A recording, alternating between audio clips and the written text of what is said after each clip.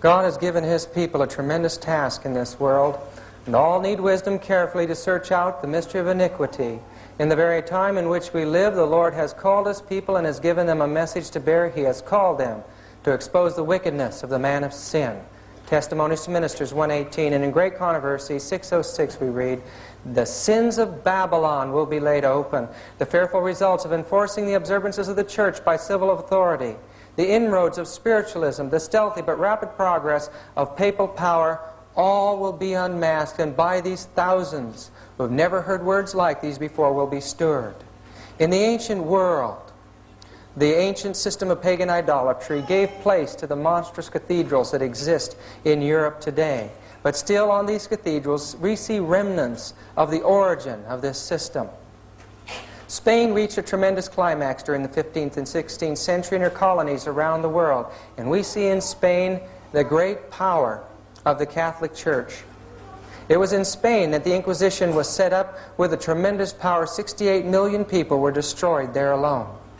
The early Christians had spent many years suffering at the hands of persecution, and as the church became corrupt, they separated. We find in the history of the Waldenses by Wiley and the Waldenses by Claudiana, a book written in Rome, that the early Christians who wanted to stay pure and stay faithful to the apostolic faith removed themselves into the mountains and the remote areas of Europe, and there they raised their families. But even there the armies of Rome found them. The church was now the destroyer, and some of the most horrible scenes in the history of the world took place at that time. These people tried to have religious freedom. They worshipped in groves and trees and in caves of the earth, but even there the long arm of Rome found them. Their valleys were fairly silent just before the time of Martin Luther. But when they heard of the great Reformation that was taking place in Germany and in Switzerland, they sent representatives and they joined the Reformation, and a tremendous movement took place against the power of Rome. And so Satan moved. In Great Controversy 2:34 we read, "At this time the order of the Jesuits was created, the most cruel, unscrupulous, and powerful of all the champions of popery, cut off from earthly ties and human interests, dead to the claims of natural affections, reason and conscious holy silence. They knew no rule, no tie, but that of their order, and no duty but to extend its power. There was no crime too great for them to commit, no deception too base for them to practice, no disguise too difficult for them to assume. Vowed to perpetual poverty and humility, it was their studied aim to secure wealth and power to be developed to the overthrow of Protestantism and the reestablishment of the papal supremacy. When appearing as members of their order, they wore a garb of sanctity, but under the blameless exterior, the most criminal and deadly purposes were often concealed. It was a fundamental principle of the order that the end justifies the means. By this code, lying, theft, perjury, assassination were not only pardonable, but commendable when they served the interests of the church." In The Power of the Jesuits by Philip Miller and this book, The Jesuit, Their Spiritual Doctrine and Practice, we get a history of the Jesuit order. We find that Inigo, the father of the order, was born in the Valley of Loyola in northern Spain. Here he was born to a wealthy family. There today is a tremendous monastery to the Jesuits and a magnificent chapel illustrating how much they honored this man and the wealth of that order. The castle next to it is where Ignatius was born. Ignatius, as a young man, was a violent, brutish sort. The police records of the day said violent, vindictive, and dangerous. He was a proud young man and involved himself in many of the sins and evils of the day. He wanted to be a great commander, but unfortunately in a battle with the French in Pamplona, he shattered his leg. And now his plans for the future as a great warrior were ended. There, while he was recuperating, he read books about the saints and about Jesus. These were fanciful books about the saints, about the miracles and the things they could do. He envisioned Christ as a great commander, and now he, as a saint, would capture the world for Jesus Christ. He had had a nervous breakdown, and this concept illustrated the condition that his mind was in. Now, as a cripple, he made his way all the way across Spain to the mountains of Montserrat. There was an ancient sanctuary there, and in that sanctuary was housed a very sacred image to the Catholic Church. This image was called the Black Virgin of Montserrat. In this church, Ignatius spent 3 days making confession and spent an entire night standing before this virgin statue as a knight in a vigil. He committed himself to the baby Jesus and to Mary. And from there he determined to go to Jerusalem. And there in Jerusalem he determined that he would conquer the Muslim world for Jesus Christ. All the powers of Rome couldn't do it, and now he would do it. On his way, he found he couldn't go because Barcelona had the plague. And so he had to stay in this little town called Montserrat for 10 months. There in that town, as we arrived there, we found a monstrous institution of the Jesuits built over the place where Ignatius stayed there. It was a cave. 10 months in the cave, he tortured his body and his mind until, in exhaustion, he began to have dreams and visions. He claimed that the secret doctrine of the Catholic Church was taught to him in this place. In his eye, he saw lights flashing. And he believed that Mary came in the form of a light in Jesus. And he believed that he saw Satan in a spiral of light eyes before him. He believed that he had chased Satan around like a dog with a stick, and many other fanciful concepts, but he claimed that these teachings he received there were the foundation of his entire movement. And it's here he began the spiritual exercises of Ignatius. These were experiences that a master Jesuit would bring novices through, would bring other people through, to give them the same kind of mind that Ignatius developed through his experience.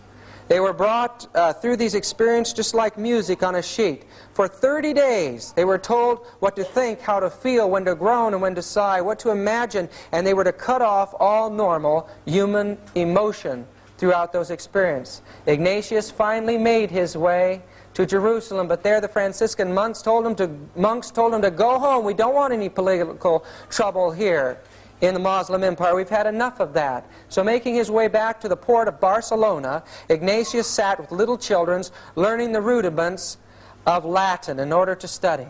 From there he made his way to the little college in the town of Alcala, north of Madrid. Here at the Colegio Mayor, he began his studies in theology. While he was there, he gathered a little group of men and women around him and began to bring them through his mental exercises. They would faint and fall aside. They would scream and pass out. Friends, this is demonic activity that this man was involved in, even in his early history. Ignatius was known for the rest of his life for his mystic powers. In Occult Theocracy by Lady Queensborough and Secret Societies of All Ages by Hecathorn, we learned that at the time there was an organization called the Alumbrado, or the Illuminati, in Spain.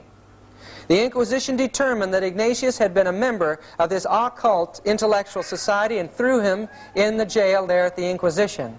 Upon his release, he made his way to Salamanca, to the great university there, but again he was brought under suspicion of being an Illuminist, and he was thrown in the Inquisition again.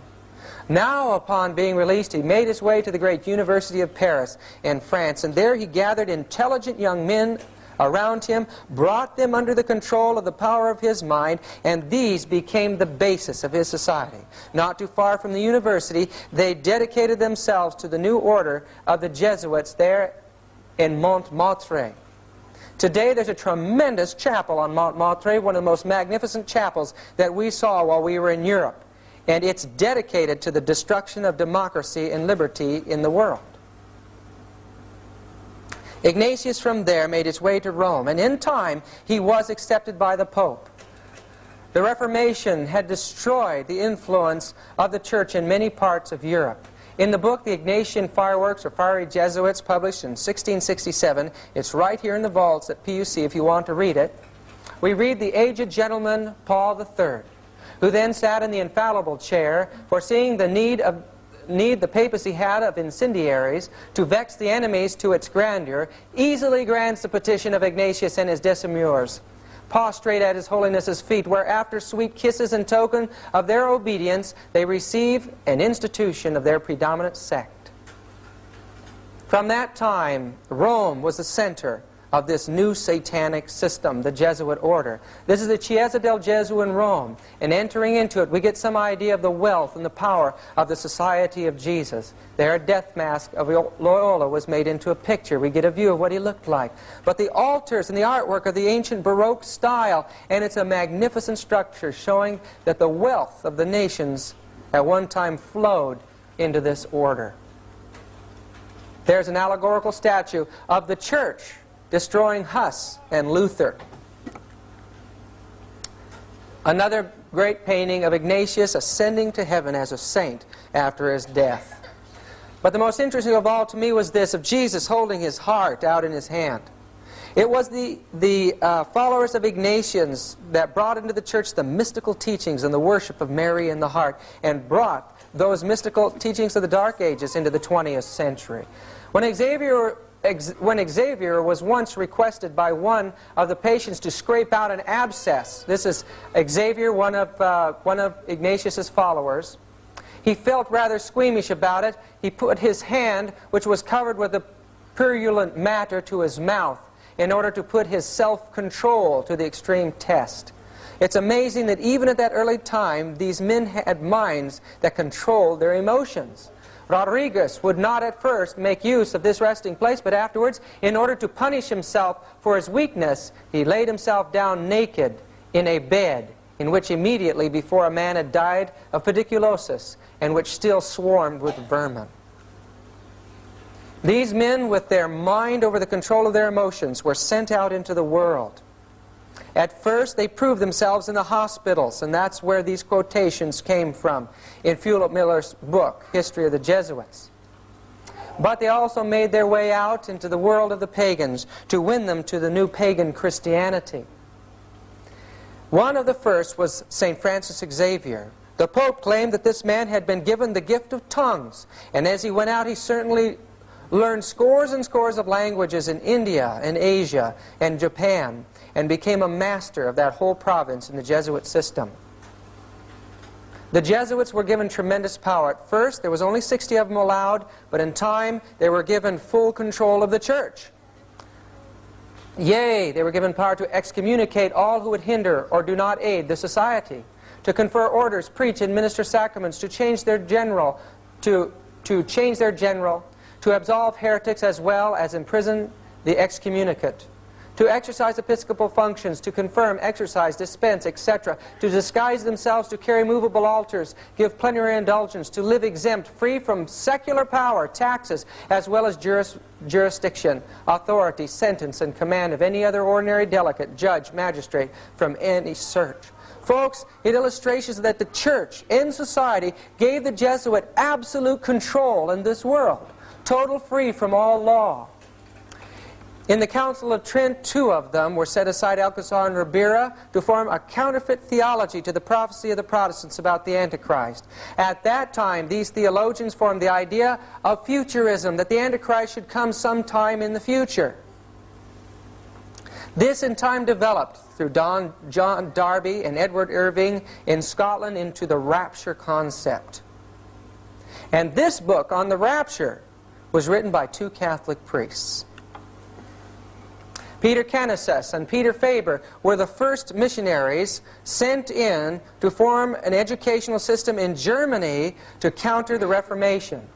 The Jesuits became the educators and the controllers of the mind of children and the generations that were coming up. They became the great moral theologians and fought the Protestant concept of predestination. They taught free will, but merged with their free will was the idea that an individual through his own works could become perfect and gain merit on his own.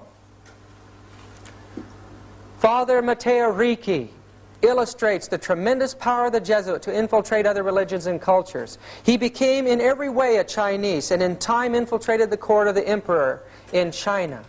These Jesuits could read and learn the language and the religion better than the people, become the teachers of the people, and then insinuate Roman Catholicism, eventually opening up these magnificent courts to the Catholic missionaries. They entered into the primitive and poor areas of the world, and thousands of pagans were gathered into the Catholic Church through these men. But they had a secret way of doing it.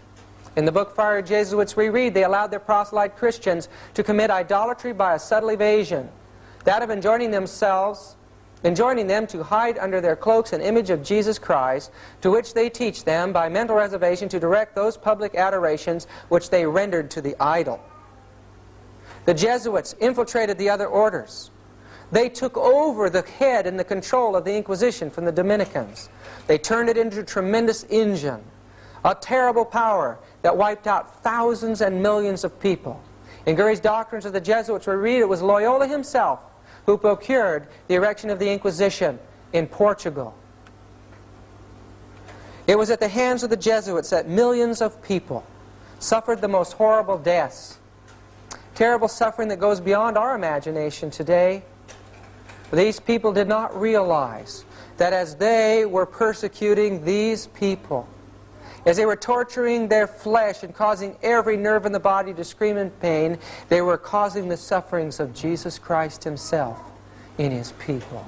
In Fox's Book of Martyrs and other books it tells about the tremendous campaigns that raged against those who had fled into the mountains to have religious freedom. In time, all of the Albigensian race in southern France were completely genocide, exterminated from the earth. Not one was left.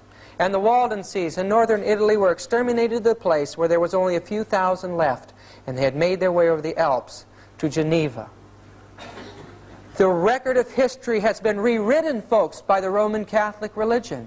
The Jesuits became the controllers of history, and thus the record of millions of faithful souls is not available to us. The Spirit of Prophecy tells us that that record is written in heaven. The Church, every time she wanted to evangelize or infiltrate another area of the world, set up schools or colleges there in Rome. This became the origin of the Pontifical Gregorian University. Its purpose is for the subversion of the world. They sent up houses of the Jesuits and magnificent schools which gave some indication of the tremendous wealth of this order. Europe was being covered by the Jesuits. In the Ignatian Fireworks we read, or we notice on the back page, it shows the Pope heating the fire that burned London in the 17th century. And it shows Jesuits under the control of the Pope starting fires in every country of the world. These Jesuits believed diabolical and witchcraft doctrines. At the heart of that order was occult teaching. From a Jesuit creed by John Battista Posa, he says, "I believe in two gods, one is Son, Father, and Mother metaphorically according to a temporal generation. The other metaphorically Mother and Father according to a temporal generation, and what is consequent hereto, that the common term Mother, Father may be equally attributed to God and the Blessed Virgin, as if they were both hermaphrodites, sexually male and female." This is raw pagan teaching in the raw sense of the word. In the book, again, the Fiery Jesuits, they affirm that the diligence of an expert conjurer in diabolical arts may well be thought worthy of a reward, and that a fortune teller is not obliged to restitution if he hath consulted the devil, nor to confession, though he hath expressly invoked the devil, and that it is lawful to consult a conjurer. It was the Jesuits who became the masters of astrology in the Dark Ages. They led out in the schools of teaching astrology in the Vatican. Folks, this chart was made by a famous Jesuit Kircher, and it's astrological healing. In the Soul Hustlers by Rennie Norbergen, an illustration that their teachings on astrology and their occult beliefs in the heart of that system has never changed. Rennie Norbergen in this book quotes Jean Dixon as saying, "As a child I was taught Chaldean astrology by a wise and wonderful man, a Jesuit priest." I don't see how anything can be, I don't see how anyone can say that astrology is wrong. After all, he was a man of God. Jean Dixon in the world is one of the most popular clairvoyants and astrologers today, and we understand now that she was taught that by the Jesuits. In Gurry's Doctrine of the Jesuits, this also is available in the library here at PUC, we learn the secret of how the Jesuits became the masters of the confessional. They could excuse sin by subtle evasion, and because of it, the wealthy powers of the earth beat a path to the Jesuit confessional. They learned the secrets of state, they sent this to the head of their order, and through it they were able to manipulate the emperors and the rulers of the world.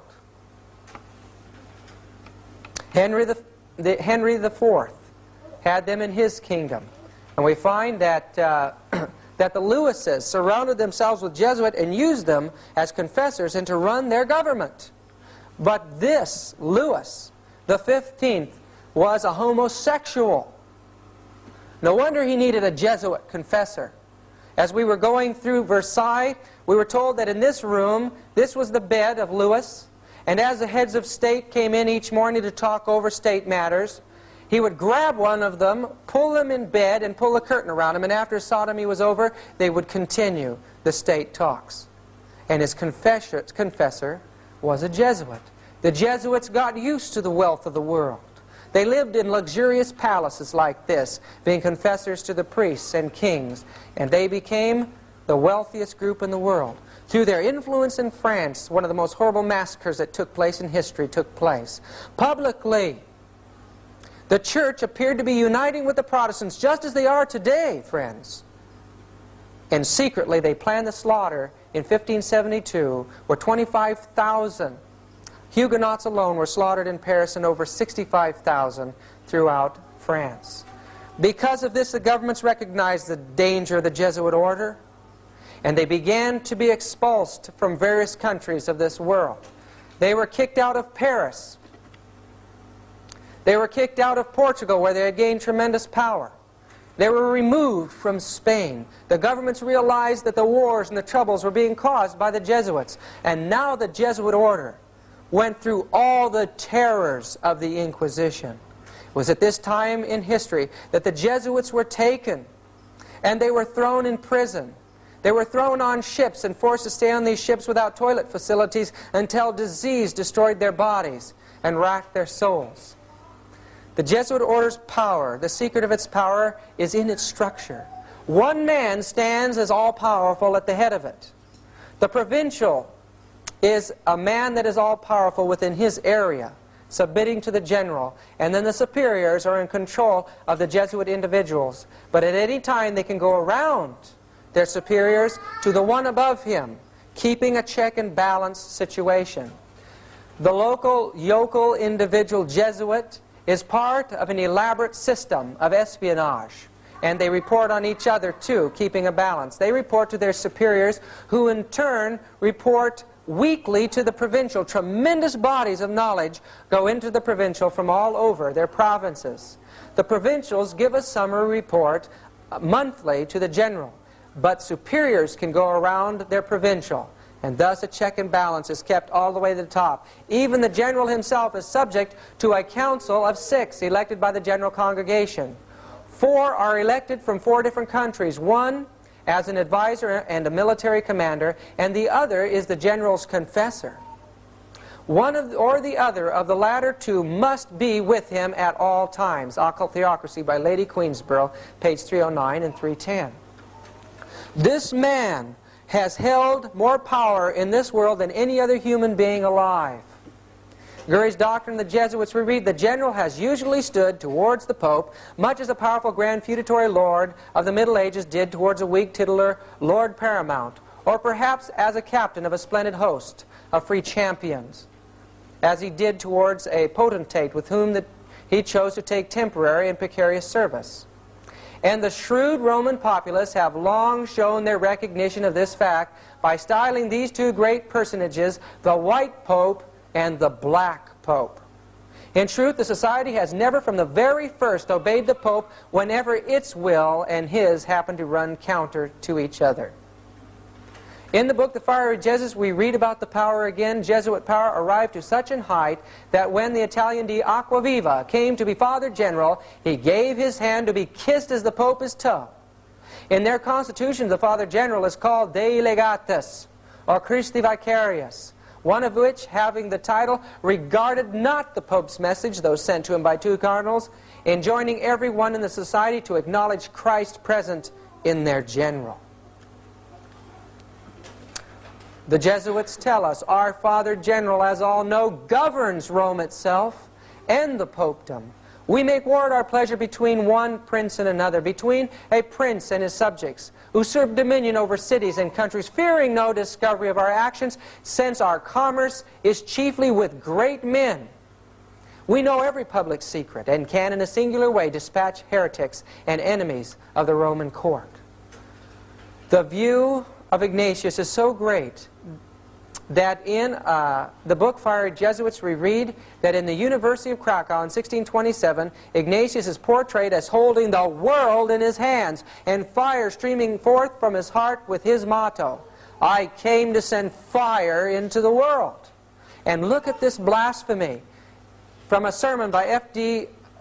Doza, J.S., quoted in the Fiery Jesuits, "In these last days God has spoken to us by His Son, Ignatius, whom He hath appointed heir of all things, by whom also He made the worlds."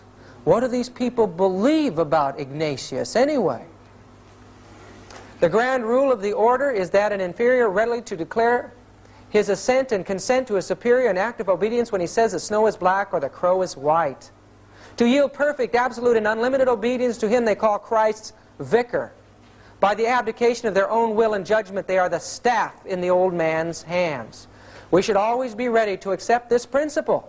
I will believe that the white that I see is black if the hierarchical church defines it. The Spiritual Exercises of Ignatius here, page 141. This is the order of induction in the Jesuit system. First those studying to enter the order, the novices. Then the scholastics, the great teachers, the temporal ruling over the houses and the schools, and the coadjutors finally, the agents that carry out the responsibility of aiding in the world projects. Then, and only then, this mass of Jesuits can be initiated into the actual order of the Jesuits, the profess of the three vows and the profess of the four vows. Finally, after a lifetime of total commitment to this monstrous system, they could be initiated, very few have ever made it, into the mysteries of the Jesuit order. What are those mysteries? I think we're going to find out tonight, folks. The ceremony of induction of the Jesuit is in the Library of Congress, and the card is 6643354. It's an unbelievable admission to the world of what goes on in the initiation of a Jesuit into the profess. The Jesuit oath, "My son, you have been taught to act the dissembler among the Roman Catholics, to be a Roman Catholic, and to be a spy even among your own brethren, to believe no man, to trust no man, among the Reformers to be a Reformer, among the Huguenots to be a Huguenot, among the Calvinists to be a Calvinist, among the Protestants generally, be a Protestant, and obtaining their confidence to seek to speak from their pulpits, and to denounce with all vehemence in your nature our holy religion and the Pope, and even to descend so low as to become a Jew among the Jews, that you might be enabled to gather together all information for the benefit of your order as a faithful soldier of the Pope. You have been taught to insidiously plant the seeds of jealousy and hatred between states that were at peace, and incite them to deeds of blood, involving them in war with each other, and to create revolutions and civil wars in communities, provinces, and countries that were independent and prosperous, cultivating the arts and the sciences, enjoying the blessing of peace. To take sides with the combatants and to act secretly in concert with your brother Jesuit, who might be engaged on the other side, but openly opposed to that with which you might be connected. Only that the church might be the gainer in the end, and the conditions fixed in the treaties for peace, and that the end justifies the means. You have been taught your duties as a spy to gather all statistics, facts, and information in your power from every source. To ingratiate yourself into the confidence of the family circle of the Protestants and heretics of every class and character, as well as that of the merchant, the banker, the lawyer, among the schools and universities, in parliaments and legislatures, and in the judiciaries and councils of state, and to be all things to all men for the Pope's sake, whose servants we are unto death. You have received all your instructions heretofore as a novice, a neophyte, and have served as a coadjutor, confessor, and priest. But you have not yet been invested with all that is necessary to command in the army of Loyola in the service of the Pope. You must serve the proper time as the instrument and executioner, as directed by your superiors. For none can command here who has not consecrated his labor with the blood of the heretic. For without the shedding of blood no man can be saved. Therefore, to fit yourself for your work and make your own salvation sure, you will, in addition to your former oath of obedience to your order and allegiance to the Pope, repeat after me.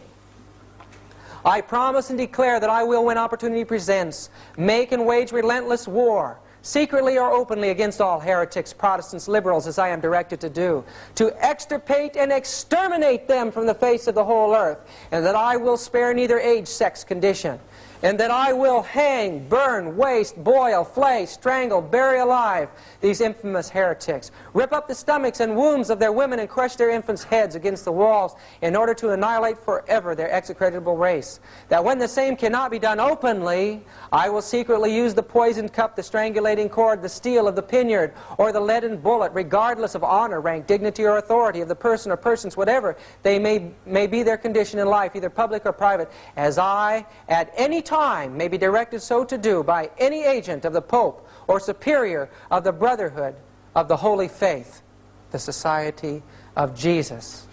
Could they carry out these kinds of monstrous oaths? They can, because of the secret of the exercises. In Boehmer's book on the Jesuits we read, we imbue into him spiritual forces which he would find very difficult to eliminate later. These forces can come up again to the surface, sometimes after years of not even mentioning them, and become so imperative that the will finds itself unable to oppose any obstacle and has to follow the irresistible impulse. Folks, you know what this is? It's possession. An army of possessed men dedicated to the destruction of all governments and religion in this world. We are told in the fiery Jesuits that at that time, 1667, secular persons of both sexes joined to the company by a resignation of themselves absolutely to the conduct of the professed fathers. These usually are gentlemen and merchants who enmix themselves in the court and city business and in offices, bargains and sales, or active gentlewomen and rich widows who, like a plantation of Indies, bring into the society a vault of revenue of gold and silver. Folks, even today, these societies joined to the Jesuits exist. This is the Society of the Knights of Columbus. There is a women's side to that as well. And in this publication in 1950s in Life magazine, we see that the society is alive and powerful today. Now this is the oath that the Knights of Columbus take. Again, this is from the Congressional Record. It's on file. From February 15, 1913. And here it says, and I'm quoting from it, not all of it here, we don't have time. I will place Catholic girls in Protestant families, that a weekly report may be made of the inner movements of the heretics, that I will provide myself with arms and ammunition, that I may be in readiness when the word is passed, or am commanded to defend the church either as an individual or with a militia of the Pope. This is in 1950s, folks, or 1913. In testimony hereof, I take this holy and blessed sacrament of the Eucharist and witness the same further with my name written, with the point of this dagger dipped in my own blood, and sealed in the face of this holy sacrament. I do further promise and declare that I will, when opportunity presents, make and wage relentless war secretly and openly against all heretics, Protestants, and Masons, as I am directed to do, to extirpate them from the face of the earth, and that I will spare neither age, sex, or condition, and that I will hang, burn, waste, boil, flay, strangle, bury alive these infamous heretics, open up the stomachs and wombs of their women and crush the infants' heads against the walls in order to annihilate their execrable race. Same as the Jesuit, folks. That when the same cannot be done openly, I will secretly use the poisonous cup, the strangulation cord, the steel of the poniard, or the leaden bullet, regardless of honor, rank, dignity, or authority of the person, whatever may be their condition in life, either public or private. Should I prove false or weaken in my determination, may my brethren and fellow militia of the Pope cut off my hands and feet, cut my throat from ear to ear. May my belly be opened and sulfur burned therein with all the punishments that can be inflicted upon me on earth, and my soul shall be tormented by demons in eternal hell forever. That I will, in voting, always vote for a Knight of Columbus in preference to a Protestant, especially a Mason. In the book Catholic Power Today, we read that at this time, now in the 1970s, and 80s, the Catholic Church now has adopted simultaneously with carrying on the old traditional religious organization, a strategy of gradualness directed at the smooth identification of her most advanced weapons of penetration. Hence the creation of a peculiarly suited religious, semi-religious, and even lay bodies whose aim is to infiltrate the various strata of society.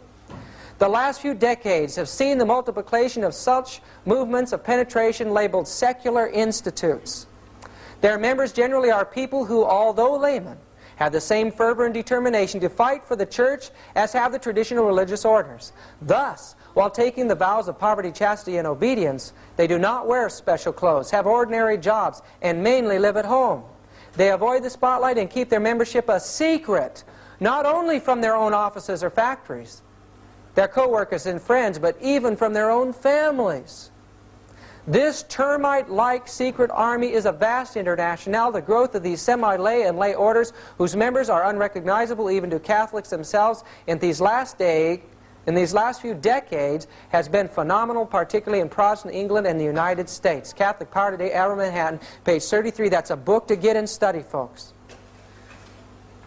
In 1773, the Jesuit order, due to the pressure of the governments of Europe, was put out of existence by the Pope. That Pope was poisoned because of that act. But the Jesuit order now no longer existed at that time. And so the Jesuits had to secularize themselves. Except in Russia, they continued unabated and controlled the government there. But Ingolstadt University had been a Jesuit center and institution for many, many years. Here in this institution, a young man, Adam Weishaupt, was a Jesuit-trained doctor of canon law. Now, he wanted to see the Jesuit order come back to power. And in time, he published a plan to take that organization and give them the world. This plan is laid out in a book called Proofs of Conspiracy by John Robison in 1798, as well as many other books. Weishaupt had long been scheming the establishment of an association or order which in time should govern the world. In his first fervor and high expectations, he hinted to several ex-Jesuits the probability of their recovering, under a new name, the influence which they formerly possessed, and of being again of great service to society by directing the education of youth of distinction, now emancipated from all civil and religious prejudices. The order, he claimed, Weishaupt claims in this book, the head of the order is Jesus of Nazareth, the grand master of our order. He appeared at a time when the world was in utmost disorder and among a people who for ages had groaned under the yoke of bondage. He taught them the lessons of reason. To be more effective, he took in the aid of religion, of opinions which were current, and in a very clever manner he combined his secret doctrines with the popular religion, and with the customs which lay to his hand, he concealed the precious meaning and consequences of his doctrine, but fully disclosed them to a chosen few. He's teaching that Christ was the master of the secret societies, that Jesus was the author of the system of communism and universal utopia. He claims this system would place men in a state of liberty and moral equality, that his new system would free them from the obstacles of subordination, rank, riches, continually thrown in their way, that all governments and religions would be destroyed.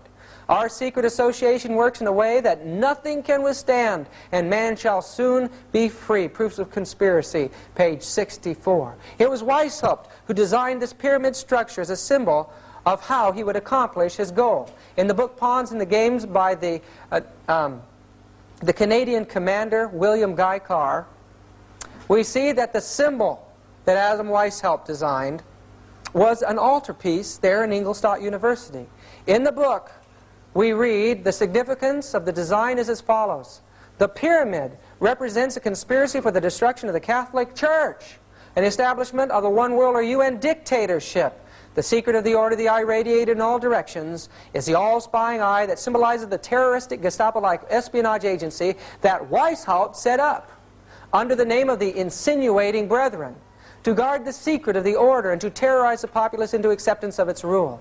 This Ogpu had its first workout in the Reign of Terror of the French Revolution, which it was instrumental in organizing. Pawns in the Game by Guy Carr. What does Ellen White say about the power that took over the government of France? She says in Great Controversy, page 273, the beast that ascended out of the bottomless pit shall make war against them and shall overcome them and kill them. She says the atheistical power that ruled in France during the French Revolution and the Reign of Terror did wage such a war against God and His holy word as the world had never witnessed. They were the Jacobins, and Weishaupt was called the father of Jacobinism. So this new satanic power that rose up in the heart of the Jesuit order now became a power warring against the Word of God to destroy all religions. In the book Pawns in the Game we read, it should be noted that this insignia acquired Masonic significance only at the merger of that order with the order of the Illuminati, Weishaupt's organization, in the Congress of Wilhelmsbad in 1782. So Masonry has been infiltrated by the Illuminati. The picture of the eye in the pyramid can be found on books fomenting the ideas of Weishaupt, which caused the French Revolution. And what a horrible revolution it was. Ellen White says it prefigures an event to take place in this entire world. Human beings were slaughtered mercilessly at that time as God's Spirit was withdrawn. The first power to suffer was the church and the heads of state. This was Louis XVI trying to flee the country, and Marie Antoinette destroyed. When Jim and I went into East Berlin, we visited a museum there on communism. And there we found that one of their main displays in the history of communism was a display on the French Revolution as part of the origin of the communist movement in this world. In fact, the term communism comes from the French word commune, where this thing originated. In time, a man by the name of Lemny, and then this man, Mazzini, became a leader in the world revolution, but not fully inducted into the secret orders. And it says, research dug up letters from Mazzini which revealed how the high priests of the Luciferian Creed keep their identity and true purpose secret. In a letter Mazzini wrote to his revolutionary associate, Dr. Bridenstine, only a few years before he died, he said, "We form an association of brothers in all parts of the globe. We wish to break every yoke. Yet there is one unseen that can be hardly felt. Yet it weighs on us. Whence comes it? Where is it? No one knows, or at least no one tells. This association is secret, even to us, the veterans of the secret society. Even to those involved in leading out in world revolutions, it was a secret society controlling them behind the scenes." This man took over after Mazzini. He was a commander in the Southern armies. After the war, he settled down to study in Arkansas. And from there, this man with a tremendous mind became one of the world's most renowned authorities on pagan idolatry. He became the leader of the Illuminati in time.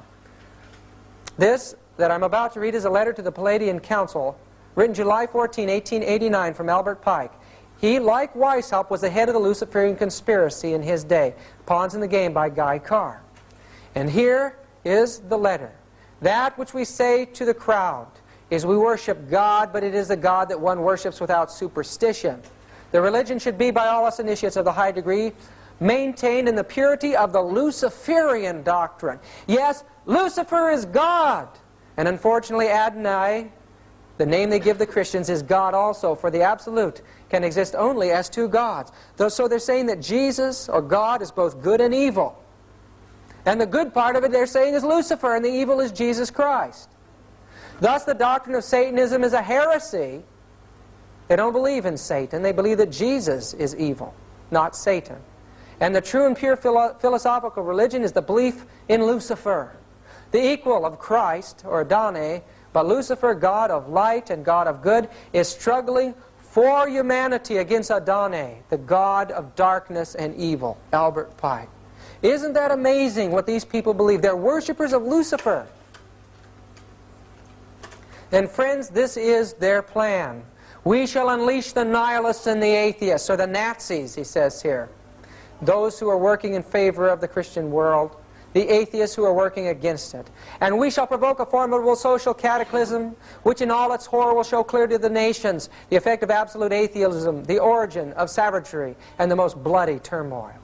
Then everywhere the citizens obliged to defend themselves against the world minority of revolutionaries will exterminate those destroyers of civilization, and the multitude, disillusioned with Christianity, anxious for an ideal, but without knowing where to render its adoration, will receive the true light through the universal manifestation of the pure doctrine of Lucifer, finally out in public view, a manifestation which will result from the general reactionary movement which will follow the destruction of Christianity and atheism, both conquered and exterminated at the same time.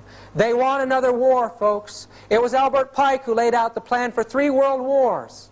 1, to open up Palestine, two, to form a state in Palestine between the second and third, to raise the Arab world and the world of Israel, and once they were armed and ready, and the world was siding on one side or another, they would form an international war.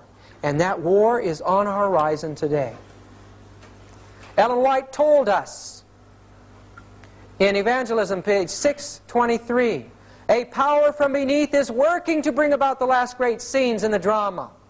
Satan coming as Christ and working with all deceivableness of unrighteousness and those who are binding themselves together in secret societies. Those who are yielding to the passion for confederacy are working out the plans of the enemy. The cause will be followed by the effect. For 100 years, we may have had the privilege of knowing what was going on in those secret societies through inspiration. An example of the kind of mind that exists in the spawn of the Jesuit order can be seen in this man, Aleister Crowley, who was a 33rd degree Mason. Aleister Crowley, 33rd degrees. Aleister Crowley was also a member of the Kabbalistic organization of the Golden Dawn in London. And here is his law. Do what thou wilt shall be the whole of the law. Every man and every woman is a star. Man has a right to live by his own law. Man has a right to eat what he will, drink what he will, dwell where he will, move where he will. Man has a right to think what he will, speak and write whatever he will, and make what he will. Man has a right to love as he will. Take your fill and will of love, where and when you will. Man has a right to kill those who would thwart these rights. The slave shall serve. Do you like that law? It sure appeals to the carnal heart. And this law is spreading among the masses of the world today. It's the mind of Satan, folks. Secret societies and subversive movements by Nesta Webster tells us that this conspiracy took place among the Jews. And I'm sure that much of it has taken place in the Sanhedrin circles. But the fiery Jesuits describes clearly that the control of the money in this world is in the hands of the Roman Catholic Church today, and especially in the hands of the Jesuits. They're the ones that claim to become the Jew among the Jews. They're leading out in the Zionist conspiracy. It was their interests that fomented the writing of the Communist Manifesto. It was their interests that financed this man to go in, Lenin, to go in and cause the revolution. The church was hoping to conquer the Eastern Orthodox Church. This revolution has not stopped. The communists may have left her in that revolution and took it for themselves. But the war continues today. January 4, 1862, Ellen White tells us, I was shown before Lincoln's administration the former administration planned and managed for the South to rob the North of implements of war. They were contemplating a determined rebellion or revolution. The North did not understand the bitter, dreadful hatred of the South towards them and were unprepared for the deep-laid plots. Volume 1 of the Testimonies, 253. What was behind these deep-laid plots? In the book 50 Years in the Church of Rome by Father Chiniquy, he tells us that he had hired Lincoln to be his lawyer to protect him against a suit from the church. Lincoln was faithful, and the man was gotten off. And this is a signature on the letter of the IOU found in the book of Lincoln. Listen to the words here. Dear Mr. Lincoln, I answered, allow me to tell you that the joy I should naturally feel for such a victory is destroyed in my mind by the fear of what it may cost you.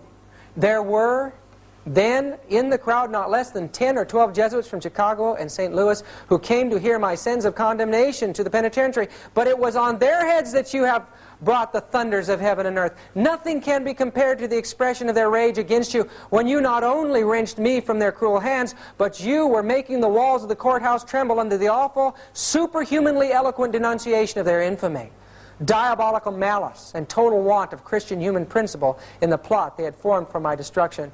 What troubles my soul just now and draws tears to my eyes is that it seems to me that I have read your sentence of death in their fiendish eyes.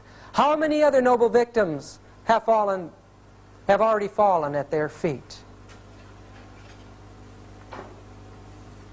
Lincoln said, he looked at his watch after a talk with Father Chiniquy in his office in the White House. I am sorry that the 20 minutes I had consecrated to our interview has almost passed away. I will be forever grateful for the warning words you have addressed to me about the dangers ahead to my life from Rome. I know that they are not imaginary dangers.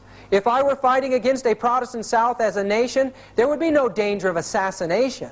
The nations who read the Bible fight bravely on the battlefields, but they do not assassinate their enemies. The Pope and the Jesuit, with their infernal Inquisition, are the only organized powers in the world which have recourse to the dagger of the assassin to murder those whom they cannot convince with their arguments or conquer with their sword. Unfortunately, I feel more and more every day that it is not against Americans of the South alone I am fighting. It is more against the Pope of Rome, his perfidious Jesuits and their blind and bloodthirsty slaves, than against the real American Protestants. Here again we read from the words of Abraham Lincoln. Those antisocial laws today are written on her banners with blood of 10 millions of martyrs. It is under those bloody banners that 6,000 Roman Catholic priests, Jesuits, and bishops in the United States are marching to the conquest of this republic, backed by their 7 millions of blind and obedient slaves. Those laws, which are still the ruling laws of Rome, were the main cause of the last rebellion of the southern states. Yes, without Romanism, the last awful civil war would have been impossible. Jeff Davis would never have dared to attack the North had he not had assurance from the Pope that the Jesuits, the bishops, the priests, and the whole people of the Church of Rome, under the name mask of democracy, would help him. These diabolical anti-social laws of Rome caused the Roman Catholic rear guard to be the man chosen to fire the first gun at Fort Sumter. Is it not an absolute absurdity, says Lincoln, to give to a man a thing which he has sworn to hate, curse, and destroy? And does not the Church of Rome hate, curse, and destroy liberty of conscience when she can do it safely? I am for liberty of conscience in the noblest, broadest, highest sense, but I cannot give liberty of conscience to the Pope and to his followers, the papists, so long as they tell me through their councils, theologians, and canon laws that their conscience orders them to burn my wife, strangle my children, and cut my throat when they find their opportunity. This does not seem to be understood by the people today. But sooner or later, the light of common sense will make it clear to everyone that no liberty of conscience can be granted to men who are sworn to obey the Pope, who pretends to have the right to put to death those who differ from him in religion. He says the common people see and hear the big noisy wheels of the Southern Confederacy cars. They call them Jeff Davis, Lee, Toombs, Beauregard, Simmons. And they honestly think that they are the motive power, the first cause of our troubles. But this is a mistake, says Lincoln. The true motive power is secreted behind the thick walls of the Vatican, the colleges, schools of the Jesuits, the convents, nuns, and the confessional boxes of Rome. There is a fact which is too much ignored by the American people, and with which I am acquainted only since I became a president. It is that the leading families of the South have received their educated in great part, if not in whole, from the Jesuits and the nuns. Now, after the assassination of Lincoln, this brother Chiniquy is talking in the book. After I mixed my tears with those of the grand country of my adoption, I fell on my knees and asked my God to grant me to show to the world what I knew to be the truth, that horrible crime was the work of popery. And after 20 years of constant and most difficult researches, I came fearlessly today before the American people to say and prove that the President Abraham Lincoln was assassinated by the priests and Jesuits of Rome. In the book of the testimonies given in the prosecution of the assassin of Lincoln, published by Ben Pittman, and in the 2 volumes of the trial of John Surratt in 1867, we have the legal and irrefutable proof that the plot of the assassins of Lincoln was matured, if not started, in the house of Mary Surratt. But who were living in the house at that time? The legal answer is the most devout Catholics in the city. The sworn testimonies show more than that. They show that it was the common rendezvous of the priests of Washington. These people were Roman Catholics. It was a Jesuit conspiracy that destroyed Abraham Lincoln. The church planned the destruction of the world and the regaining of its power through world wars. And this is brought out in this book, The Secret History of the Jesuits. She tried with Bismarck to get him to fight for her, to Kaiser Wilhelm to get him to fight for her. And in time, she brought about the reaction of the Serbians against her effort to force them to Catholicism, an assassination attempt on one behind the Catholic plot. And that led to the first great war, the First World War. In time, this man, Pius XI, brought to power Mussolini in a desire to regain some political power. in time, in 1929, the Lateran Treaty was signed, and the church was given money and some land. But more than that, prestige again among the nations, and Mussolini was raised to power in Italy. In this book, The Destruction of Freemasonry Through a Revelation of Her Secrets, by General Erich Ludendorff, he brings irrefutable evidence, the evidence of court records before us in that book, that in Germany, in the secret societies, the Andrean Mason lodges there, they were planning on using the German people as a takeoff point for a war. What was the purpose behind that war? We discover it clearly. This is the Nuncio Pacelli from the Vatican to Bavaria. There in Bavaria, he worked secretly with von Papen, and in time they signed a concordat between Hitler and the Vatican. Hitler was raised to power by the Roman Church. It was his relationship with them that made him the man. Speeches, his Mein Kampf, were written by Jesuits, and he became a god in that age. And also, as the secret mechanisms of Roman Catholic subversion were taking place in the international world, we find that the I.G. Farben drug complex and the Rockefeller dynasty merged and formed the wealthiest and most powerful cartel in the world, and it was through them that Hitler was financed and brought to power. Hitler's rise to power would have been impossible without the secret financial support of I.G. Farben. The Nazi state became the means by which the cartel agreements were enforced. This is from the book World Without Cancer, page 286 and 287. Hitler himself stated, "I learned much from the order of the Jesuits. Until now there has never been anything more grandiose on the earth than the hierarchical organization of the Catholic Church. I transferred much of this organization into my own party." Isn't that an amazing thing to say? This man Himmler was the head of the SS. But friends, his uncle Himmler was a Jesuit from oath and induction from the Bavaria of University, from the Bavarian court. The SS troops were a Jesuit-controlled society, and they became the police of the Nazi state.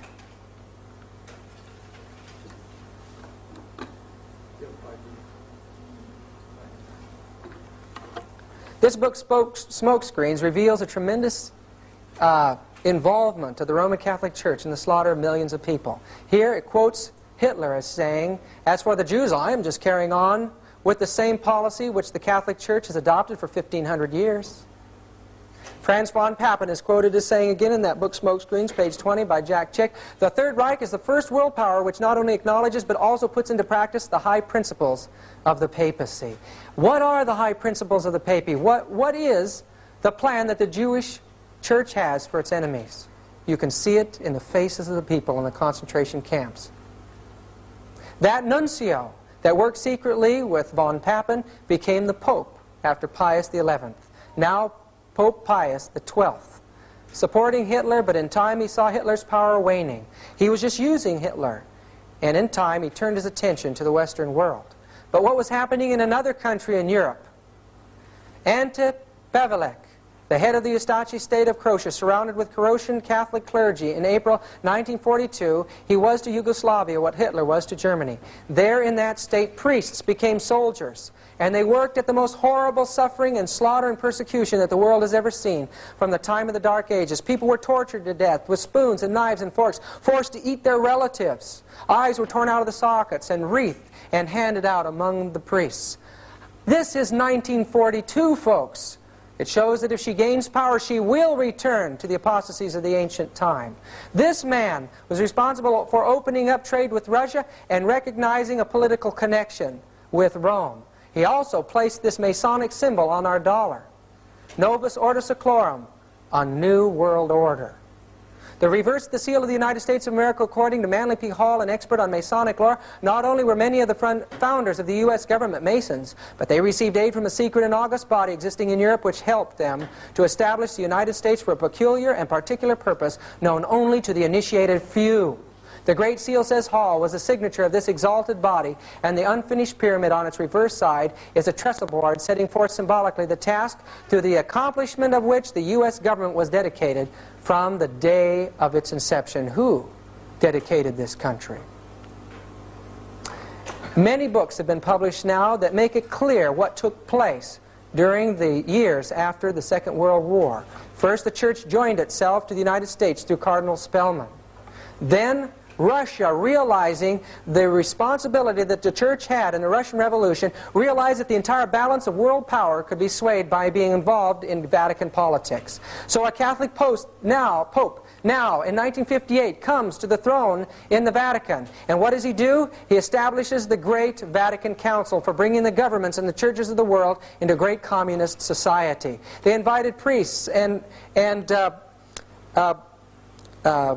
the reverends and religious leaders from all over to join in their talks. What was happening here was an effort to unite the world and paralyze her enemy. In Catholic Power Today by Avram Manhattan we read, "The Catholic Church's offer for reunion to all Christian churches not in communion with her is a magnificent ecclesiastical Trojan horse, a means to penetrate their citadels and accomplish their capture and final capitulation." Catholic Power Today, page 22. And this is how she plans to do it. She will support any military or economic force or movement that would maintain things while she is in power. If she can't accomplish it that way, she'll mobilize her religious and diplomatic power to counteract against her opponent in the event she fails to crush it another way. But finally, her last bid is forming an alliance with it, characterizing her joining it. In special circumstances, even leading it, as she's doing today in the great movement for peace and disarmament in the world and the ecumenical movement. This is one of her last assaults. She led out in the charismatic movement secretly, and in time, as it passed the borders of the Catholic Church, and Protestants saw that now the Catholic Church was speaking in tongues. These are Catholic priests. Catholics and Protestants together in great revival meetings will be speaking in tongues together. Some of these folks will be speaking in rosaries, while the others beside them are speaking in tongues. It seems to adapt itself to every religious climate today. Spiritualism has joined Christianity. It was this Pope, the next Pope to take office, Paul VI, that took over the world in a great movement of ecumenism. He finished up the work of the Vatican II. Here he is uniting himself with the Greek Orthodox Church. And we find that today, because of the great ecumenical movement that was begun and is sponsored by the Roman Catholic Church, the Protestants are paralyzed. They no longer speak out against Rome. This man here is Walter Martin, Dr. Walter Martin. Supposedly he's a great man in the evangelical circles. He accuses the Seventh-day Adventist Church of being a cult because they claim Ellen White is a pope, or they take Ellen White, he says, as a pope. And yet he will not call the Catholic Church a cult. He says she's a Christian church today. What is happening to the Protestant world? It was the Catholic Church that opened up her doors and invited the communist heads of state in. Here's President Tito from Yugoslavia in meeting with the Pope at the Vatican. Pope Paul VI became the communist Pope, the Pope of the proletariat, mingling among the workers in the various areas of the world. They even devised an entirely new image of Jesus for the populaces now in the Marxist Catholic system. Jesus was depicted as a white-collar worker, and posters were put in the factories of the third world countries. In other places, Jesus was depicted as having overalls or with tools in his hands. Christ was now that God that many years before Adam Weishaupt had pointed out that he was. In 1973, this magazine came out on the Jesuits. Here it made it appear that the Jesuit order was in search of a new identity, that they didn't know what they wanted to do, that they were in a state of flux. It shows the Jesuit priests as common, everyday, dressed people. But still, it showed that Jesuits are involved in the various activities of missionary endeavors all over the world. Some, like Nixon aide McLaughlin, are in politics. Movie actor O'Malley, and here a Congressman Drennan at the Capitol. This is a Jesuit priest named Dan Lyons, and a book by John D. McCullum. Here it pointed out that Dan Lyons was an expert on Asiatic affairs and counseled Richard Nixon. It was his counsel to bomb Cambodia that Richard Nixon followed. Here he is with Commander Abrams, working in Vietnam. How far have these men gone? What secret mechanisms are even being worked out still today in politics, in religion, and all over the world? They make us feel like they're looking for a new identity. But friends, they know exactly what they're doing in the great world revolution that's taking place today. This man, the head of the FBI, made it very clear that the communists are deliberately maneuvering among the Negroes to create a situation for outbreak of racial violence, to such an extent that it can be turned into a civil war on a racial basis. In such a civil war, should they succeed in fomenting it, the communists hope to so undermine the American government and our social structure that they can take over power. In the racial civil war that they envisage, they are sure the Negroes will be in the front ranks, the shock troops of the communist revolution. This is quoted from a congressional record, August 7, 1963. Brethren, the spirit of prophecy tells us, and I don't have the quote or the source of the quote now, it's in the United States, but that again, there'll be a racial movement, the army will be called out to put it down, and men will go back into servitude. And the result of it will be a Sunday law. Friends, we're seeing a fulfillment of the spirit of prophecy taking place today. In this book, The Negroes in the Soviet America, written by a communist, published in the South, encouraged the Negro people to rise up and form their own country in the South. And that under communism, they would be exalted to a much higher position in society. This is a communist class that was held in the South. And as you notice on the far right-hand corner, you see that is Martin Luther King, a communist being trained to carry on this revolution. And I want you to know right now still that the revolution, communist revolution, the spearhead of it is the Jesuits in the Roman Catholic Church. I'll prove that to you in a minute. Here he is with known card-holding communists from the conspiracy that took place in Hollywood. Beside him, Sidney Poitier and Harry Belafonte. Violence is being planned today, brethren. I was down at the flea market down in the city, and there a man came up to the table. He heard me talking about prophecy with someone else, and he said, "Would you tell me something?" He said, "Would you please tell me why the black folks down here in the city are hoarding automatic weapons? Just down the street from me I saw a van pull up and they unloaded boxes of automatic weapons into a garage. What is happening? What are they planning?" Brethren, I don't know how long until the cities are a hotbed of violence because of these type of plans. But it's coming, and Ellen White tells us that it's going to be an overwhelming persecution, relentless in its fury. The Catholic Church is involved in this ethnic action publicly. In Africa, she is making the black prelates the only prelates there. So the church will relate to a black church at that point. This gentleman, Pope John Paul I, was in for only 33 days. The reason for this gentleman coming in for only 33 days is that he was the choice of the communist influence. The church had become fearful that Moscow would dominate the church, that she would take over it.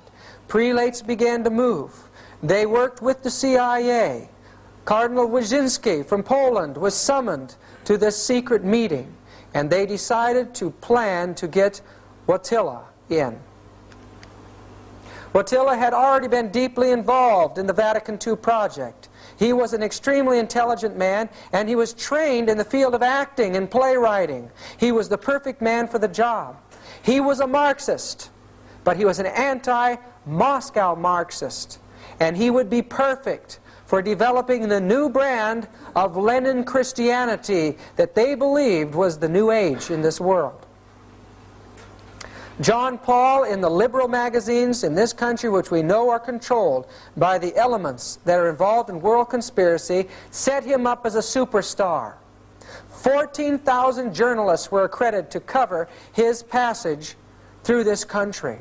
Millions and millions of dollars have been used to place this man in a campaign as a god among the nations today. And the Protestants, where are they? They're completely paralyzed. Protestants for the Pope. We see that a Protestant Baptist president invited the Pope to do the Mass on the White House lawns. He was invited before the United Nations. Here he is with Kurt Waldheim, the secretary at that time. And there before the United Nations, he revealed his Marxist beliefs. The Plain Truth magazine put out in that year says that during the 62-minute discourse at the General Assembly, the Pope shed, as it were, his clerical garb and displayed his humanistic side. He interposed his carefully chosen words with patently Marxist egalitarian themes. Murray Kempton of the New York Post said, "The Pope aligned himself in spirit with the demands of the developing nations for the restructuring of the world economic order." That's a tremendous statement. And look what's going on in black Africa. When the Pope visited Africa, they even changed the color of Christ. There, when the Pope got back from the meetings there in Africa, he said that Catholicism in Africa is Africa. The church is taking over the third world communist countries today. Prelates are now all of an ethnic nature, and in time there is a hope and a plan that a man of an ethnic nature will become the Pope, and thus the third world, the largest part of our world as far as the masses of mankind, will identify with the Vatican. Today, this Pope has brought this man Guntian into a promotional position second in line to the papal seat. We read here that during the papal visit to Benin 2 years ago, it was Guntian who received the most rousing cheers from one welcoming crowd. John Paul's increasing trust in his African aid was acknowledged last week when Guntian, in a major reshuffle of the papal staff, was promoted to one of these most important posts in the Vatican.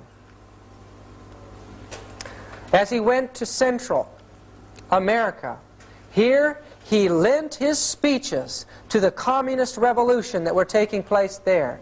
The peril of such interpretation is portentous. It puts the kingdom of God in the near future just beyond the fast-approaching Catholic Marxist revolution.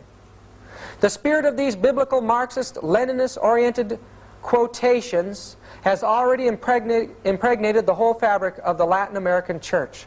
From Tierra del Fuego to the borders of the U.S., scattered all along the continent, there are undetermined battalions of missionary priests, nuns, lay workers, preaching and practicing a combination of the tenets of liberation theology and the neo-Marxian Catholicism of Pope John Paul II. Brethren, there's a revolution moving towards our borders today. Their commanders, as a rule, were and are the Jesuits, or Jesuit-inspired priests or lay workers, something which Pope John Paul II discovered to his astonishment when the U.S. intelligence apparatus denounced them as the main instigators of the guerrilla opposition.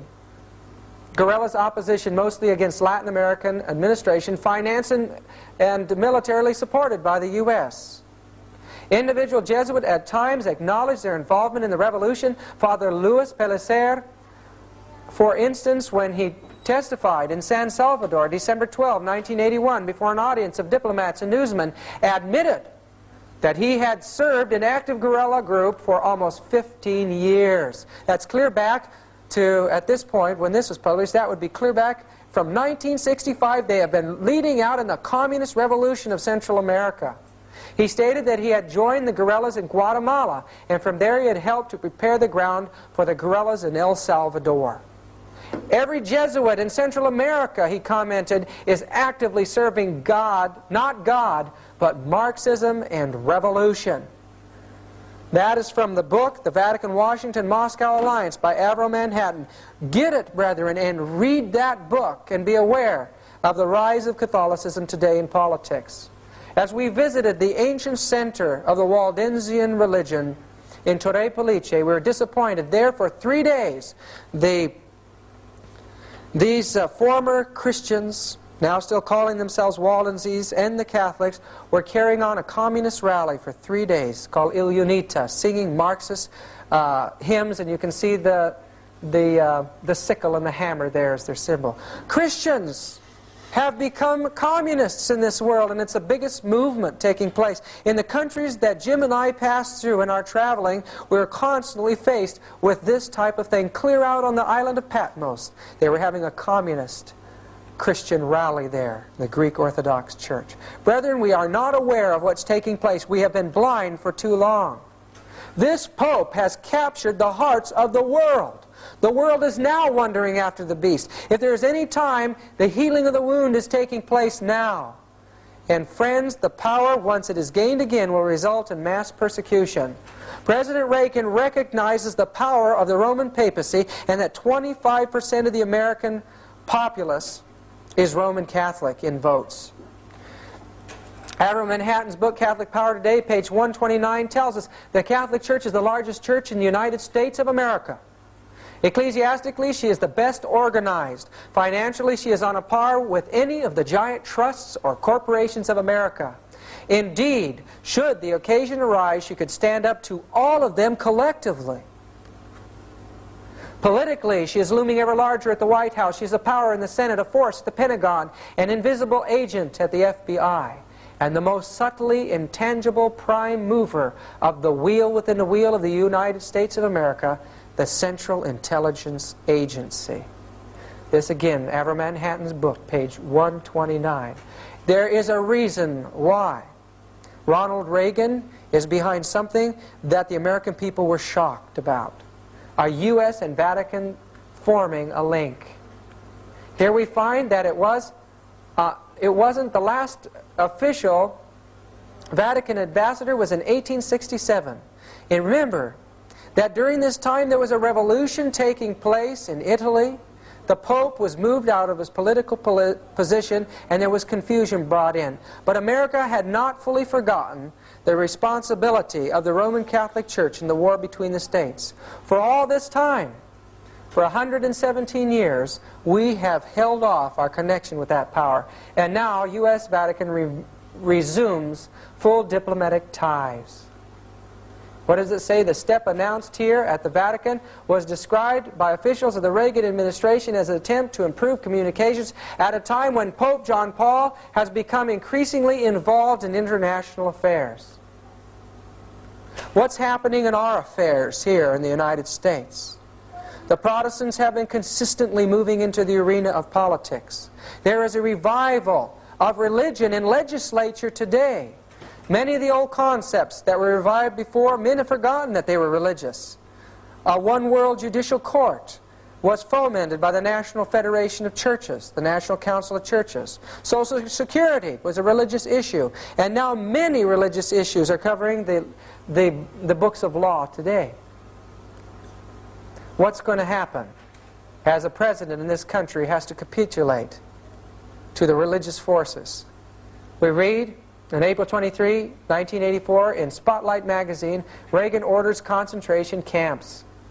Mass detention facilities, otherwise known as concentration camps, are being set up at a number of major U.S. military installations on the secret orders of President Ronald Reagan.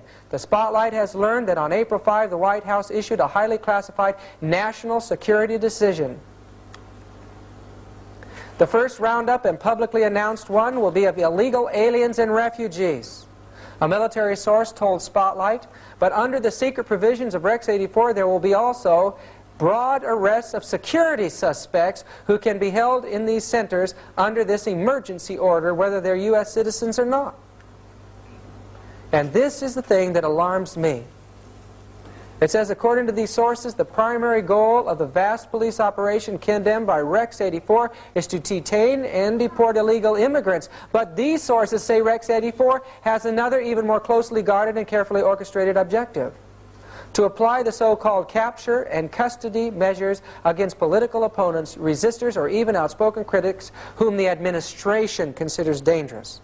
We know that recently President Reagan met with the Pope in Alaska, and there he assured the Pope that we would become involved in world projects with the Roman Catholic Church.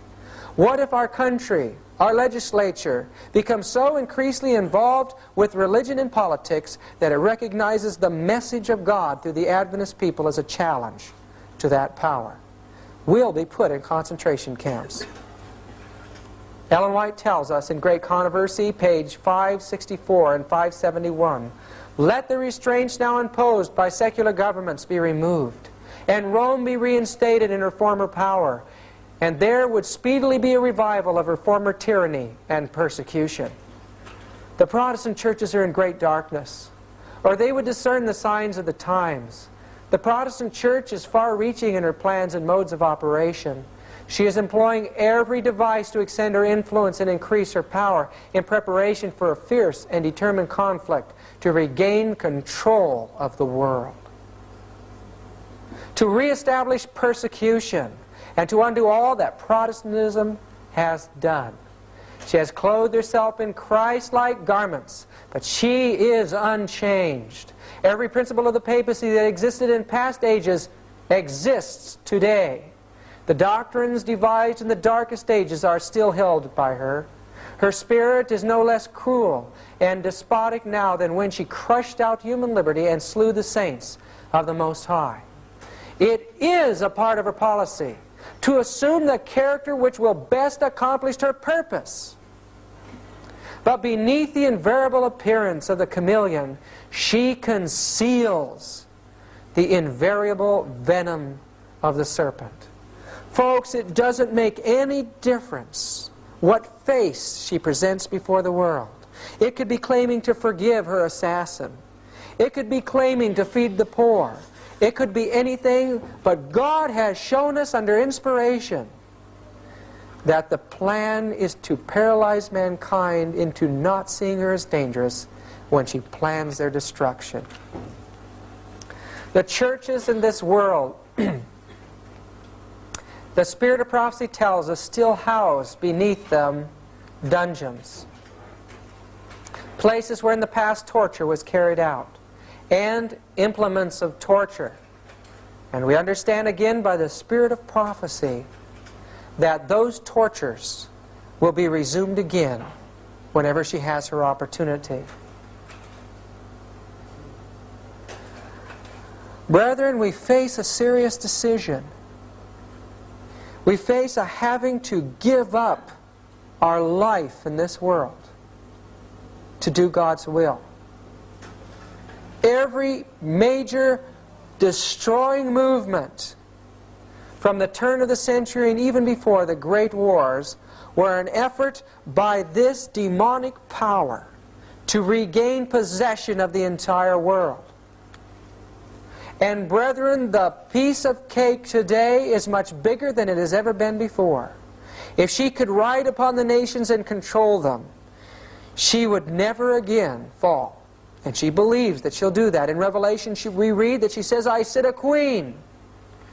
And she doesn't believe that she'll ever see that sorrow again. How will she accomplish it in this age? I'd like to read to you from Education by Ellen G. White, page 227 and 228. Spiritualism asserts that men are unfallen demigods, that each mind will judge itself, that true knowledge places men above all law, that all sins committed are innocent, for whatever is right, and God doth not condemn. Brethren, this is the teachings of the occult world. These were the teachings that Adam Weiss helped, and his co-conspirator Jesuits and others that were brought into the Luciferian conspiracy taught, that brought about the destruction of France and the revolution spreading to the world. At the same time, anarchy is seeking to sweep away all law, not only divine but human. The centralizing of wealth and power. Is that happening today? The vast combinations for the enriching of the few at the expense of the many. The combinations of the poorer classes for the defense of their interests and claims. Brother, everything from terrorism to the man walking down the street with a poster is that movement today. The spirit of unrest, of riot, and bloodshed. The worldwide disseminations of the same teachings that led to the French Revolution. All are tending to involve the whole world in a struggle similar to that which confronts France. Brethren, there is a movement today. The base of it is spiritualism. People are crying human rights again, and the movements of Christianity are right involved in those cries. In Revelation 17, verse 8, we read about this movement. The beast that thou sawest was, and is not, and shall ascend out of the bottomless pit, and go into perdition. This is the same source of the beast of Revelation chapter 11, which the Spirit of Prophecy tells us was the atheistical, spiritualistic power that controlled the government of France. Today it's rising on the scenes. And 10 horns which thou sawest upon the beast, these shall what? Hate the whore, and shall make her desolate and naked, and shall eat her flesh, and burn her with fire. The very power that she wants to ride upon, the very power that she feels is going to set her up above the nations, is the very power secretly that is working for her complete destruction. And brethren, her destruction is not just the destruction of the Catholic Church, but she is the mother, and the harlots are the Protestant world. And all of Christianity is going to be involved in a tremendous war and a slaughter at the hands of the new spiritualistic movement that is taking place today. Ancient spiritualism had to work in secret and was a novelty to many people for many years. But recently it has become the fastest growing movement in the world. Since 1976 and 77, the teachings of witchcraft have become the predominant religion in the world today. In this book by Marilyn Ferguson, The Aquarian Conspiracy, we are taught that in this day and age, the greatest minds, the most powerful people in the world, and people on the grass level are organizing. They're working together, though maybe unseen, in legislative halls and in schools, in Christian churches. They are working together to bring about a great occult revival and a taking over of the world in this new age. And folks, they have control of the wealth. They have control of the scientific secrets. There is nothing that they cannot accomplish when their word says go, except that God is holding back the winds. These people can control your mind and control your heart. Ellen White tells us that Satan will work through the sciences of psychology, phrenology, and animal mesmerism. He will use hypnotism on the masses at the end of time. Where is our protection against this great final effort? Brethren, it's only that we are possessed entirely by the Spirit of Jesus Christ. We could not expect to escape the delusion that's coming and the overpowering delusion of Satan as long as one part of our being is still on Satan's ground. We have got to come up to the fullness of Christ's righteousness. Christ has to come into his heart, as we read in Desire of Ages, page 324. He'll come in and he'll make our heart his possession, and he'll make it his fortification and determine no power should be known in it but his own. And he will make that heart impregnable to the assaults of Satan. At some point in the experience of the Adventist people, we've got to face the fact that we have to settle into the truth of justification so that we can no longer be moved. And God can end this work. This mind of Ignatius Loyola is the dark, vile mind of the Dark Ages, and yet through the initiation and through the exercises of Loyola, that mind from the Dark Ages of papal supremacy controls the most brilliant minds in the world today. And science, Ellen White tells us, is to lead the world into the papacy as superstition and ignorance once led it into the papacy in the years before. Their schools and their universities cover the world, and in the United States they're everywhere.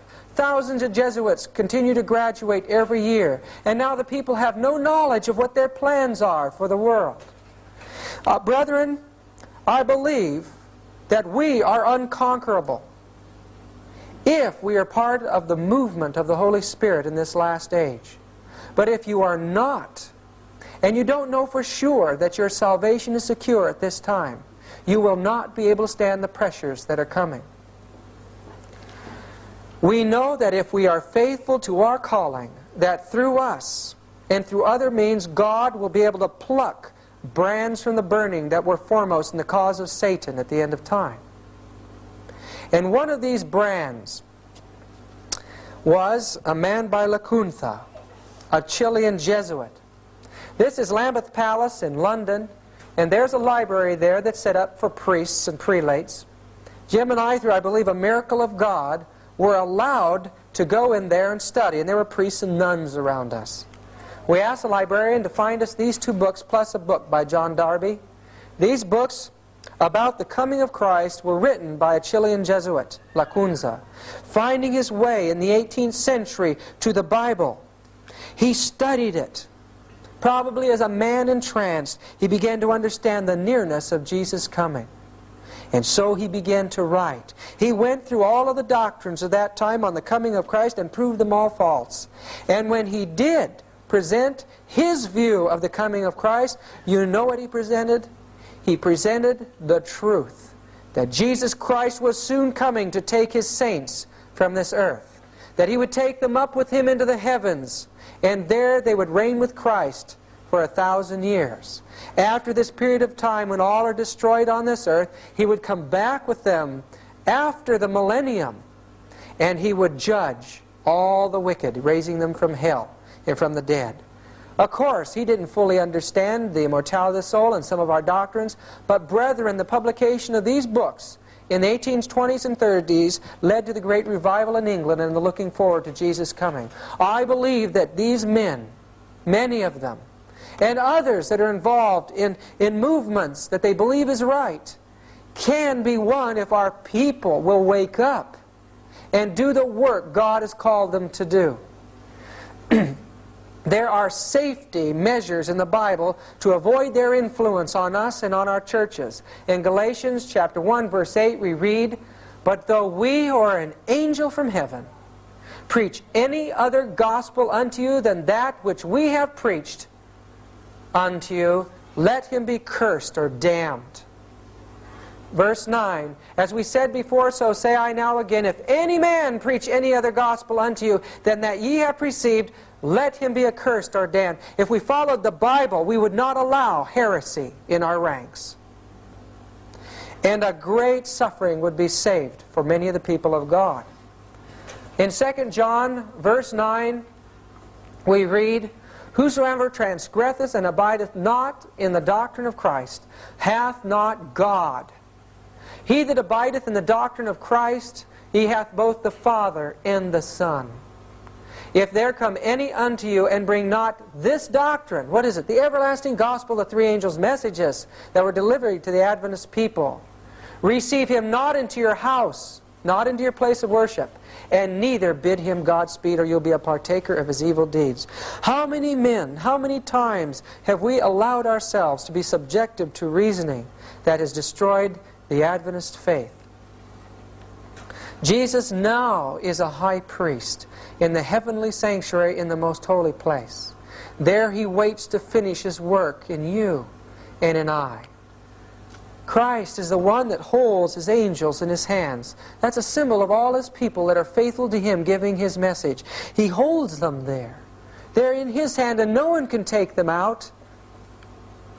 Christ the sacrifice is beside each one of us today through the ministration of our high priest.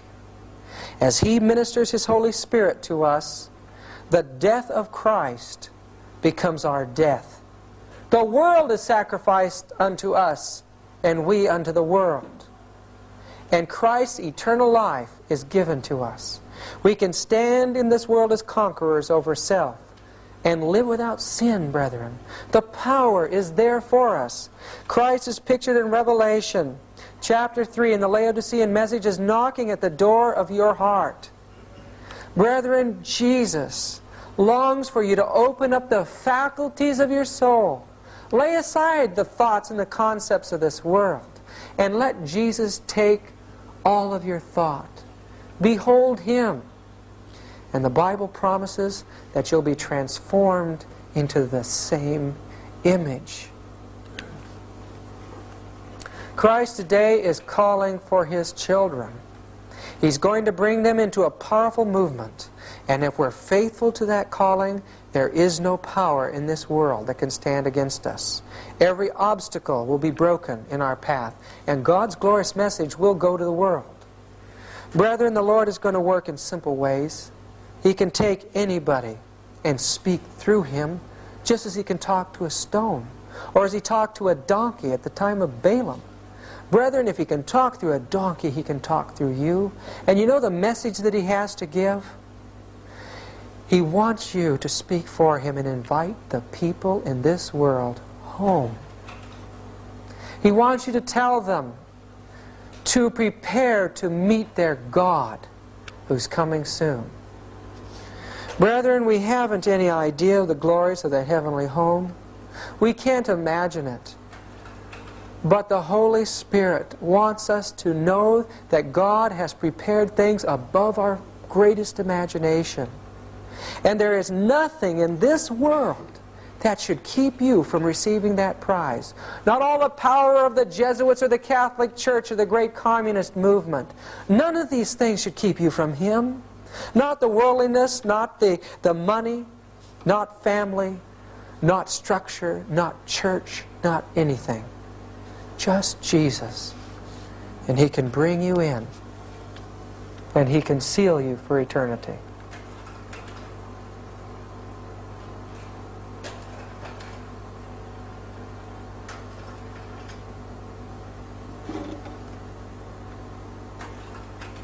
Let's have prayer together, shall we? Our dear and gracious God, You have opened up to the minds of this people the wonderful, wonderful truths of the great controversy. Dear Lord, help us to be faithful to the knowledge that You have given to us. Give us the strength, O Lord, to stand for Thee, for the right though the heavens fall. Not only to be ready for Your coming, but to bring hundreds and thousands of others into the fold now in these closing moments. Lord, we know by the signs of the times that it's almost over. I pray for each soul that hears this tape, and I ask that Thy angels should convict, and the Holy Spirit should convict their hearts of the need to total conviction now.